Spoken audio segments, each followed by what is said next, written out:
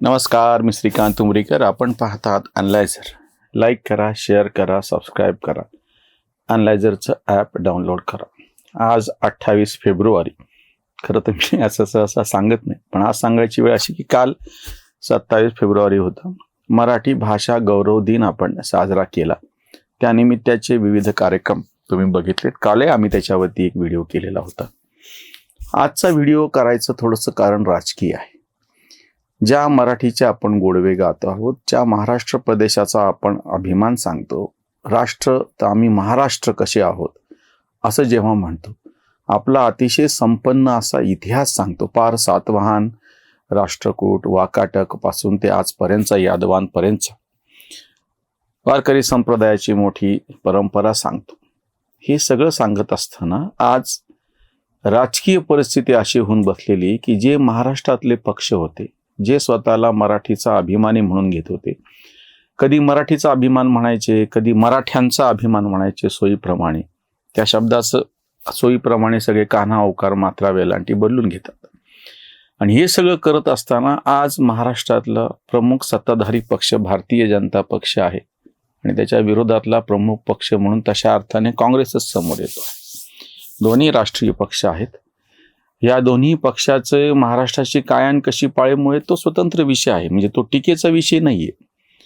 महाराष्ट्रावरती गुजरात्यांनी आलं आणि आक्रमण केलं अशा भाषेत मी बोलणार नाही, किंवा काँग्रेसी म्हणजे कोणीतरी वेगळे दिल्लीवाले आहेत अशा अर्थाने मी बोलणार नाही. त्याच्यामुळे जे सध्या मुख्य पक्ष आणि विरोधातला म्हणून जो चेहरा समोर येतो आहे, आकडेवारीनुसार म्हणजे लोकसभेत तर तेच मोठे आहेत, संख्येनं 13 खासदार निवडून आलेले त्यांचे, विधानसभेमध्ये सुद्धा त्यांचे कमी म्हणलं तरी 16 आमदार आहेत. आता अशा परिस्थितीमध्ये सत्ताधारी आणि विरोधात भाजप विरोधात काँग्रेस असंच चित्र महाराष्ट्रात उमटे. मग मधल्या काळातल्या ह्या सगळ्या प्रदेशातले प्रादेशिक पक्ष गेले कुठं? मी फक्त 3 प्रमुख प्रादेशिक पक्षांचा उल्लेख करतो. एक, मी प्रत्यक्ष ज्या परभणी जिल्ह्यामधून येतो त्या परभणी जिल्ह्यामध्ये तेव्हाचा महाराष्ट्रातला ग्रामीण भागातल्या कम्युनिस्ट चळवळीचं प्रतिनिधित्व करणारा पक्ष होता शेतकरी कामगार पक्ष, पीजंट्स अँड वर्कर्स पार्टी, PWP. आणि खटारा त्याचं चिन्ह होतं. मग त्याची मान्यता गेली, मग त्याचं चिन्हही गेलं. आमच्याकडे खासदार, आमदार, नगराध्यक्ष सगळे शेतकरी कामगार पक्षाचे असायचे. तेव्हाचे तथाकथित मराठा समाजातले उच्च कुलीन हे सगळे शेकापमध्ये होते आणि मराठ्यांमधला बहुजन समाज किंवा बाकीचाही बहुजन समाज तेव्हा काँग्रेसकडे होता. यशवंतराव चव्हाणांनी या पक्षाची हळूहळू पुरती वाट लावली. सत्तेच्या मोहामध्ये आज जे सगळ्यांना पुरोगामित्व ज्यांना बहाल करतात, फुले शाहू आंबेडकरांचा महाराष्ट्र म्हणतात, त्या शरद पवारांनी स्वतः त्यांच्या घरात त्यांचे दाजी, ते पण शेतकरी कामगार पक्षामध्ये होते, ND पाटील, त्यांची आई ती शेतकरी कामगार पक्षाची होती. पवारांच्या घरातली शेतकरी कामगार पक्षाची पुरोगामी परंपरा मोडून स्वतः पवार सत्तेच्या मोहामध्ये काँग्रेसमध्ये गेले. म्हणजे आधीपासूनच काँग्रेसचाच त्यांना मोह होता. त्यांना तथाकथित पुरोगामित्वाचे संस्कार झाल्याच्या नंतर शेकापमध्ये जावं वाटलं नाही त्यांना. ते काँग्रेसमध्ये गेले. आणि नंतरचं म्हणजे काळा न उगवलेला सूड म्हणजे पुढचं जे बोलणार आहे मी त्यांच्याच पक्षाच्या नावानं बोलणार. म्हणजे त्या शेतकरी कामगार पक्षाची वाट लागली. आणि ह्यांच्यामधला वैचारिक मतभेद असा होता, आमच्या शेतकरी चळवळीतले लोक आवर्जून तो सांगतात की एकीकडे हे मोर्चा काढायचे की पायलीला 300 पायली मिळाली पाहिजे, एका आण्याला 300 पायली मिळाली पाहिजे, धान्य मिळालं पाहिजे, म्हणजे धान्य स्वस्त असलं पाहिजे. आणि दुसऱ्या दिवशी मोर्चा काढायची, ज्वारीला भाव मिळाला पाहिजे. असा जो एक सगळा वैचारिक गोंधळ स्वतः शेतकरी कामगार पक्षानेच उभा करून ठेवलेला होता. हा शेतकरी कामगार पक्ष हळूहळू काळावरती निसंदर्भ होत गेला. त्याचा काही असं नाही झालं की पराभव उगाचच झाला म्हणून. त्यांच्या मागण्या, त्यांना काही संदर्भ उरला नाही. त्या पक्षाची रचना आणि ते सगळं हळूहळू ते निसंदर्भ होत गेले. हा महाराष्ट्रातला मराठी माणसाचा असलेला पक्ष आज परवाच्या जिल्हा परिषद निवडणुकांमध्ये रायगडमध्ये त्याचे जे काही शेवटचं अस्तित्व अलिबागमध्ये शिल्लक राहिलं होतं तेही संपून गेलं. आणि त्यांचं वर्चस्व संपूर्ण महाराष्ट्रातून कुठल्याच, म्हणजे आता आमदार खासदार की सोडाच, की अगदी साधी जिल्हा परिषद सुद्धा त्यांची आता निवडून येत नाही, नगरपालिका सुद्धा त्यांची आता निवडून येत नाही. दुसऱ्या प्रमुख प्रादेशिक पक्षाचं नाव घेईल तो म्हणजे शिवसेना. बाळासाहेब ठाकरेंनी 80% समाजकारण आणि 20% राजकारण ह्या नावानं ही चळवळ सगळी सुरू केली. 88-89च्या लोकसभा निवडणुकीपर्यंत मुंबई पट्ट्यातच फक्त हा पक्ष काही भागापुरता राहिला, पण प्रामुख्याने त्यांच्या शाखा बळकट होत्या. काँग्रेसच्या सत्ताकारणाच्या किंवा बाकीच्याही पक्षाच्या सत्ताकारणाच्या नादाखाली म्हणून बहुजन समाजातला प्रचंड मोठा असा वर्ग, प्रचंड मोठा तरुण वर्ग ज्याला संधी मिळत नव्हती, त्या सगळ्यांना संधी देण्याचं काम जातीपातीचे बंधनं तोडून बाळासाहेबांनी केलं. 89ला पहिली मोठी संधी त्यांना राजकीय प्रत्यक्ष समोर आली आणि त्याचा त्यांनी फायदा घेतला.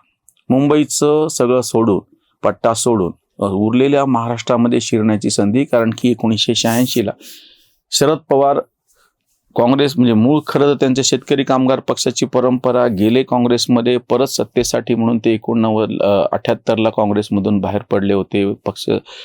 मग त्यांनी ती आघाडी केली जनता पक्षाबरोबर, मुख्यमंत्रीपद भोगलं. 80ला त्यांचं पद गेलं, 86ला त्यांनी परत काँग्रेसमध्ये उडी मारली. आता जी पोकळी तयार झालेली आहे, राजकारणातली विरोधकांची पोकळी तयार झालेली आहे. तेव्हाचा जो जनता दल नावाचा पक्ष, सगळ्या समाजवाद्यांच्या जुन्यांचं सगळ्यांचं कळबोळं किंवा वेगवेगळ्या चळवळींचा ज्यांचा काँग्रेस विरोध होता, ते तयार झालं होतं जनता दल नावाचं. विश्वनाथ प्रताप सिंग बाहेर पडलेले होते आणि ह्या सगळ्यातून जनता दल तयार झालं. एकूण काँग्रेस विरोधात वातावरण तयार झालं, पण तरीही त्याच्यामध्ये घुसाघुसी करून भाजप शिवसेना एकत्र राहिले आणि त्यांनी पहिल्यांदाच 48 पैकी 14 खासदार निवडून आणले. त्याच्यातले 4 खासदार शिवसेनेचे होते आणि हे यश लक्षणीय, कारण की पहिल्यांदाच महाराष्ट्रातला एक पक्ष, मराठी पक्ष, भाजपच्या 10 जागेचं मी कौतुक करत नाही किंवा जनता दलाच्या त्याच वेळेस निवडून आलेल्या 6 जागेचे मी कौतुक करत नाही, कारण जसे तसे इथले पक्ष, त्याच्या शेकाप पण होता आमचं, हे जरी सगळे असले, आम्ही स्वतः शेतकरी संघटना त्यांच्या पाठीशी होते आणि तरीही मला कौतुक 4 खासदारांचं होतं शिवसेनेचे, कारण की तो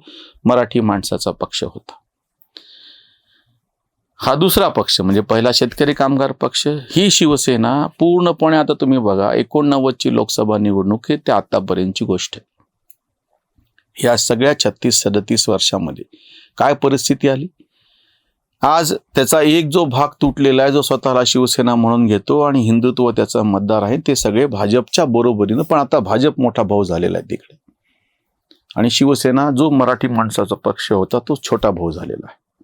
हा दुसरा प्रादेशिक पक्ष की ज्याला मर्यादा पडल्या, त्यानं त्याच्या जीवावरती तर संपूर्ण महाराष्ट्र जिंकून घेतलाच नाही, त्याचे तुकडे झाले आणि त्याच्यातला एक तुकडा जो सध्याच्या राष्ट्रीय पक्षाबरोबर म्हणजे भारतीय जनता पक्षाबरोबर गेला आणि त्यांनी सत्ता मिळवली, पण स्वतंत्रपणे स्वतःच्या जीवावर. तेव्हाही बाळासाहेबांना कधी 171 पेक्षा जास्त आमदार निवडून आणता नाही आले.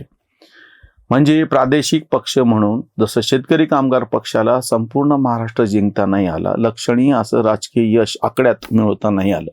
प्रभाव किती आहे, विचार कसे आहेत, काही जी चर्चा करत राहा, या वांझोट्या चर्चा असतात त्या चालू द्यात, पण प्रत्यक्ष आकड्यामध्ये जसं शेकाप यशस्वी ठरला नाही. दुसरी गोष्ट, मी जबाबदारीनं वाक्य वापरतो, शिवसेना सुद्धा यशस्वी ठरली नाही. शिवसेनेला कधीच 288च्या लोकसभेमध्ये बाळासाहेब असताना सुद्धा, आताही तुम्ही हे एकनाथ शिंदेचे 57 आणि उद्धव ठाकरेंचे 20 असे जरी मोजले तरी 77 आमदार होतात. म्हणजे हा प्रादेशिक म्हणून घेणारा पक्ष हाही कधी 77, समजा आता आपण आकडा धरूयात, पुढे गेला नाही, म्हणजे त्यालाही 100 गाठता नाही आली. आणि आता तिसरा आपसुकच जो शिल्लक राहतो म्हणजे महाराष्ट्रातला पक्ष म्हणून, त्याच्या नावामध्ये जरी राष्ट्रवादी काँग्रेस पार्टी असलं, NCP, नॅशनलिस्ट काँग्रेस पार्टी, नावही शरद पवारांनी असं घेतलं होतं की भारतभर चालू शकेल. वेगवेगळ्या 4 राज्यातून, त्याच्यामध्ये दक्षिण त्या ईशान्य भारतातले 1-2 राज्य पकडायचे, कधी कोणी केरळमध्ये एखादा निवडून आणायचा किंवा त्या गोव्यामध्ये, असं वेगवेगळ्या पद्धतीनं तारीख अनवर तेव्हा बरोबर होते, बिहारमधले जे परत नंतर काँग्रेसमध्ये गेले. अशा सगळ्या गिमिक्स करून पक्षाचं कसा राष्ट्रीय पातळीवरचं आहे सगळं बोललं गेलं, पण प्रत्यक्षामध्ये राष्ट्रीय पातळीवरती 16च महाराष्ट्रात सुद्धा पवार आणि अजितदादा एकत्र होते तेव्हा सगळ्यात जास्त संख्या अशीच परत 70-71 आहे.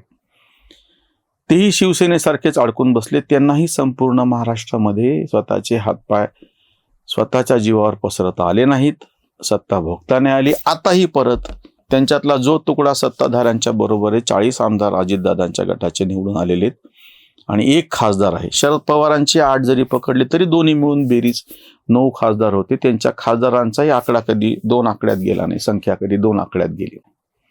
शेतकरी कामगार पक्ष, शिवसेना आणि राष्ट्रवादी काँग्रेस पक्ष हे तिन्ही महाराष्ट्रातले पक्ष होते. ते म्हणताना भले किती बाकी आव्हानं, पण त्यांचा आवाका महाराष्ट्रापुरताच होता, काही भागापुरता होता, पण त्यांना महाराष्ट्रातही पसरता नाही आला. काल मराठी भाषा गौरव दिन साजरा झाला आणि त्या पार्श्वभूमीवरती मराठी पक्षांनी, महाराष्ट्रातल्या पक्षांनी, मराठा पण म्हणा, मला तेही चालेल एक वेळ वादासाठी, बाकीच्या तर बोलायची गरजच नाही, कारण की 1-2 कुठेतरी आमदार खासदार काहीतरी निवडून येणार, काहीतरी स्थानिक आघाडी असते, कुठली तरी नगरपालिका तुमच्या ह्याच्यावरती येते, त्याचं काही होत नाही. असे जवळपास 20-25ची मी यादी काढलेली बसून, की अक्षरशः थोड्यासाठी काहीतरी ते पक्ष उगवले, काहीतरी आघाडी स्थापन केली, पण त्याचं पुढं काहीच होऊ शकलं नाही. असे अगदी कम्युनिस्टांमधले सुद्धा काही पक्ष, त्यांना ह्यासाठी मी स्थानिक म्हणतो की स्थानिक आघाडी ह्याच्याप्रमाणे ते सगळे चाललेले होते. पण ज्याला महाराष्ट्रातलं म्हणता येईल असे हे 3 प्रमुख शक्यता होत्या. काल मराठी भाषा गौरव दिनाच्या निमित्तानं पुनर्लोकन सगळं करत असताना, सिंहावलोकन करत असताना लक्षात असं येत आहे की राजकीय दृष्ट्या मराठी माणसानं आपला पक्ष आपल्याच प्रदेशामध्ये वाढवला असं घडलं नाही. पण आता उलटी शक्यता आहे आणि जी चांगली शक्यता आहे, म्हणून तशा अर्थाने म्हणतो मी, विरोधी पक्षातला काँग्रेस असो, प्रमुख विरोधी पक्ष असलेला, आणि सत्ताधाऱ्यातला भाजप असो, दोन्हीमध्ये मराठी माणसांनी आपली छबी केवळ आपल्या राज्यापुरती न करता देश पातळीवरती उमटावी. दोघांनी प्रयत्न करावेत. विरोधकांनाही संधी असते, कारण की उरलेली रिकामी जागा त्यांची असते, आणि सत्ताधाऱ्यांना तर काय प्रश्नच नाही, सत्ता असते.